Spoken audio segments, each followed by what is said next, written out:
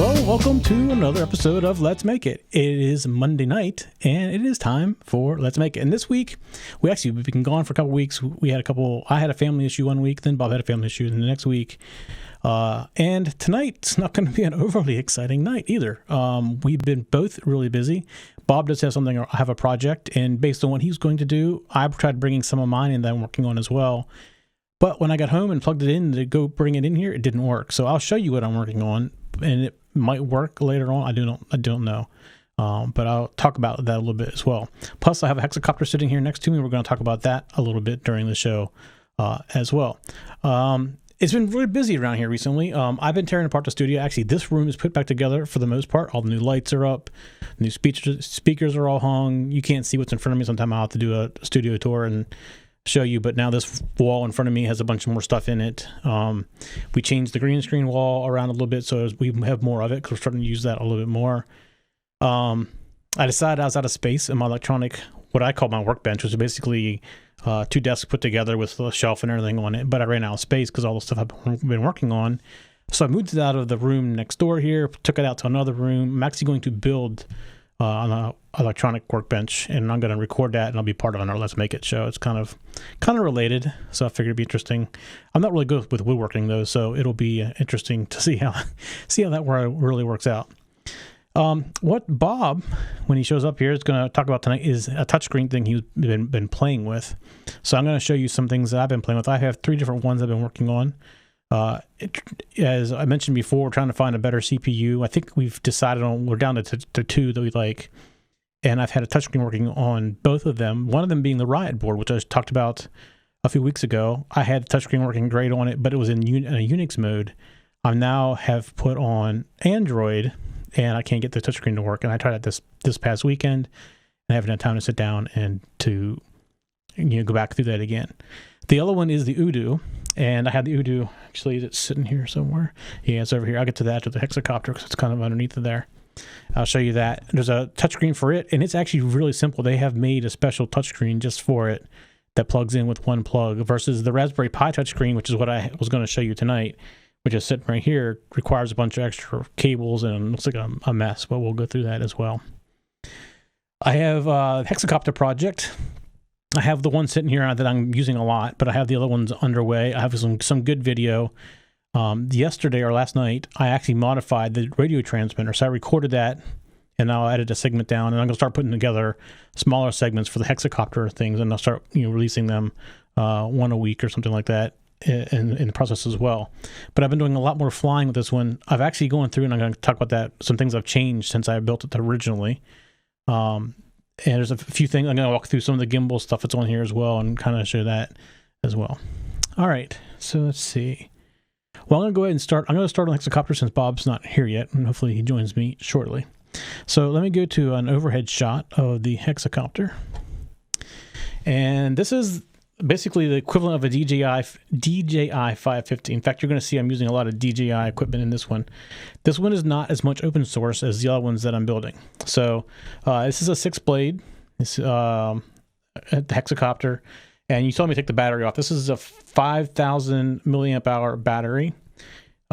It lasts about 12 minutes with this. As long as I don't try doing a lot of high altitude stuff, it'll last 12 minutes. It does use a lot of battery if I go up really, really high. What you'll see here is a GPS and a compass module that has to point, that little arrow points forward all the time. That's the direction it'll go when you get forward. And then down under this plate, which I'll pick it up here and I'll show you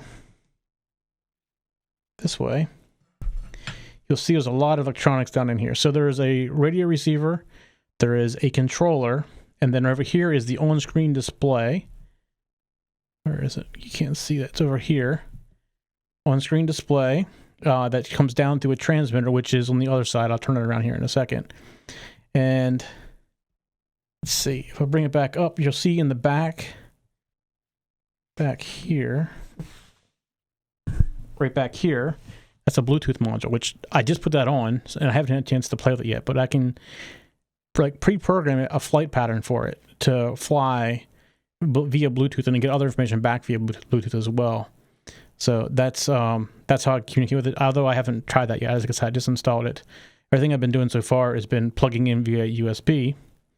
Right here, this is, you can kind of see it. Let me turn it sideways. This way. You see that little antenna in the back? Or is it on camera? Right there. See that little white thing sticking down? That's the transmitter for the video downlink. It's a 1 watt, 5.8 gigahertz. Supposedly it's go up to 5 kilometers.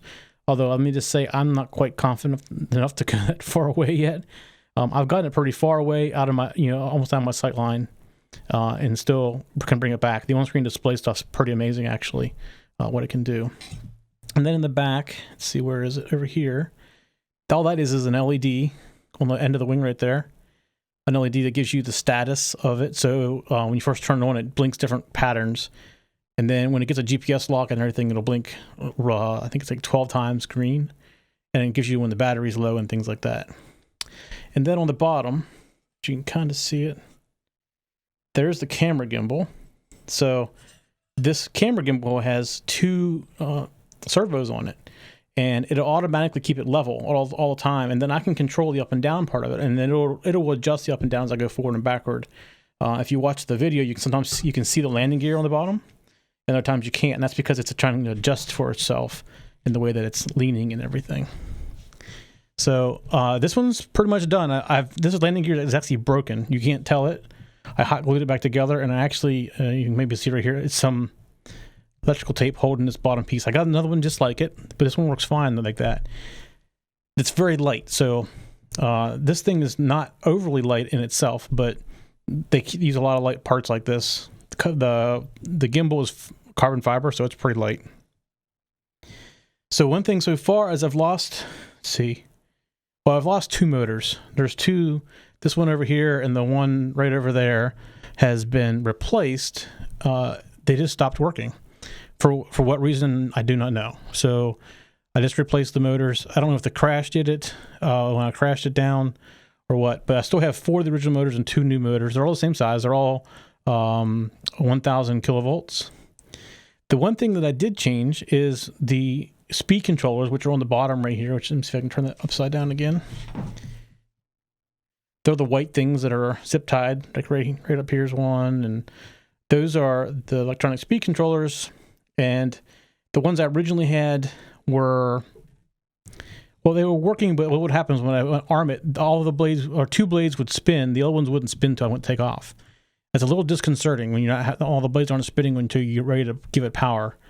So there's some tuning that needs to be done with those, and I couldn't quite get them to work right. So these are actually made by DJI for the DJI controller, so there's no tuning needed for it, and that makes me feel a lot better. The other ones I'm still going to use on the open source ones.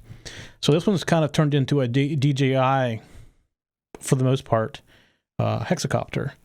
There's a few things in here that are open source, like the transmitter downlink is open source. The receivers are open source type receivers. The gimbal is not a DJI gimbal. It's an open source gimbal. But overall, it's, very DJI-like. So that's pretty much where this one is. The other ones are in middle of assembly, and I've been taking videos of those as well. They're a little more complicated to set up. I actually am amazed at how complicated. There's the one that I really like with the feature set on it. Uses really small plugs. I've never seen those kind of plugs before, and it's quite complicated to set up. There's a lot of things you got to do in an XML file and then re-upload it to get things to work, where the DJI is kind of all done through a USB interface, and you select your options. So it's definitely a learning curve for me to figure out how all that stuff works. There's another one I got to open source that's very basic, so it doesn't do a lot of the things that the other one, the nice open source one does, or the DJI. It won't do a lot of the GPS type stuff that these do. So there's some different levels of it, and I'm gonna go through that as I build up the radios and everything. I didn't bring it in. I should have brought it in. Is I kind of took a screen that's designed to go in the back of a car seat, so like in the headrest of a car, and I attached another battery, a lot much smaller than this battery. It's a 13 or 11 volt. It's still 5,000 milliamps, but it's a lot smaller. It's like half the size of this. And I attached it to the back of the monitor with the receiver, so I have like a portable kit that I can just take the monitor out, put the battery on it, and I have my receiver. And also, I got the glasses that you can wear that you can do point of view stuff, but I can't get them to work. I can't get them to work with anything. They're supposed to be able to work with iPods and any kind of video input. And no matter what video input I put into it, it does not work. So I have a support request out to them for that as well. Hopefully we can figure that out, because it'd be nice to be able to wear the glasses, because looking down at the screen all the time when it's a little hard to see, especially when it's outside and it's light outside. But the glasses have a nice cover around them so you don't get the glare of the sun. The receiver itself, the video receiver, has 2 outputs. So I could use the monitor and the glasses at the same time if I wanted to, or have somebody else watch. Because the on-screen display is pretty cool. It tells you how high you are, how far away from you are, what direction you're facing, what your battery level is. It gives you all this information, flight information. So it's pretty cool. All right, let's get rid of this Hexacopter. Put it down on the floor. If you follow me on Twitter, you keep probably seeing videos pop up from Hexacopter. That's just me playing with them. And now I'm starting to do a lot more of it, outside the house here too. So my new neighbor is building a house, and she doesn't live close here. So I've been flying over it every day when they're done doing certain kind of work, and that way we have like a video history of it. That's pretty cool too. All right, so let me show you the Udoo, which we showed you the Udoo before, but I now have a touchscreen on it, which works really cool. This is the Udoo, and it basically is a dual CPU, so the same chip that the Arduino Duo, I can't even say the word, Duo or whatever it is. It has that chip in it, and then it also has a 4-core AMR chip. So, and they communicate via serial interface to each other.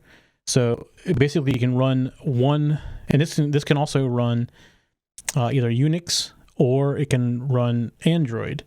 And I'm really leaning towards Android for a couple of reasons. As the more I've been playing with the Riot board, first of all, Android is pretty easy to develop for. There's tools all over the place for those. But the other thing that's great about Android is it has some service stuff in it. So you can set up a service in Android and say this has to run in the background all the time. And there's no thinking about it. You just, when you write the program, you say it's a service, and Android handles all that for you. There's no going into the cron tab or putting things in init.d. It just does it for you. So the disadvantage that I'm running up against with Android is it's much more difficult, at least on the Riot board, to communicate via I2C. Now on this board, that isn't the case, because the I2C is handled by the Arduino, or the Amtel chip, the same chip that's in the Arduino. So I can just send a command from Android over, and then this chip will handle everything as it is now. So all the code that I currently have that I can do I2C stuff with will work fine in here. I just got to do a library for the communication instead of rewriting everything like I'm going to have to on the Riot board. But the Riot board is really nice. I'm really liking it. When I went with the touchscreen that I had for it, it was really slick. You go into like the X windows and you could do a lot of things, real quick in there. It was great. But when I went over to Android, I lost the touchscreen. I can't figure out what's going on. So anyways, this is a single cable going to this monitor, which is a touchscreen monitor. So it's very easy to interface. The board on the back and the board on here, they just fit together with one plug. Versus, here's a Raspberry Pi with a touchscreen. Let me get that. All right, so this is a Raspberry Pi touchscreen. I took the Raspberry Pi off. It's sitting on my desk. But so you have the monitor, and you have the touchscreen overlay on it. Here's the 4-wire interface to the touchscreen, which goes to this USB adapter, which plugs into the Raspberry Pi for input. And then here you have the LVDS cable, which plugs into this, which takes input from either the computer, HDMI, and there's 2 other AV1, AV2s right here. This is actually AV1, but AV1 and AV2 are both on here. So you have all this stuff to connect up. Then you still have the Raspberry Pi on top of that. So you can see it's a mess to get connected. This is also the same one I've been using with the Riot board, because I just took the same plug into the Riot board and plugged in the HDMI right here, and it started working right away in Unix. So it worked real easy when doing things in Unix. It was great. But then when I decided to go to Android, I started running into a problem. So I haven't quite figured that out yet. When I came home tonight, I got home late. I told Bob I'd be getting home kind of late. And I went and grabbed this with the Raspberry Pi on it. The Raspberry Pi came up fine, no problem, but I couldn't touch the screen, which I don't know what I did wrong because I've been transferring it back and forth between the right board and it. So somewhere I messed something up. I don't know if I put these plugs on backwards or whatever, but I didn't have time to debug it before I came in here. Oh, and I didn't bring in the Raspberry Pi Model B, whatever the new one is. I actually have that. It's not a lot different. I can't tell you difference in speed. There may be a little bit difference, but it's not noticeable. The thing that's noticeable is the additional pins and the different layout of all the plugs. And there's 2 additional USBs, which is great because what I've been doing with this is plugging this into one, and then I generally have to have a keyboard to log in to the Raspberry Pi, so I took the other port, and I have no other ports at that point. So the new one has 4, which is great. It's other than that, and the fact that it has more GPIO pins and a smaller memory card, not smaller in size, but smaller physically in size, is the biggest difference. If you don't have a need to have the more pins, then there's no reason to buy a B at this point. And I don't know if you can still even get the old Raspberry Pis. If you can, probably get them a bit cheaper, which would be good. All right, so I'm running out of things, and Bob isn't here. And I just realized I mentioned about tearing the studio apart behind me, and my screens aren't up because I haven't finished that part of it yet. So let's do a little try something here. If you want, we can take phone calls now. And we've been talking about trying on this show, but if you want to call in, you call into 877-213-8382, and we can take your call. I should have put that on the bottom of my screen down here.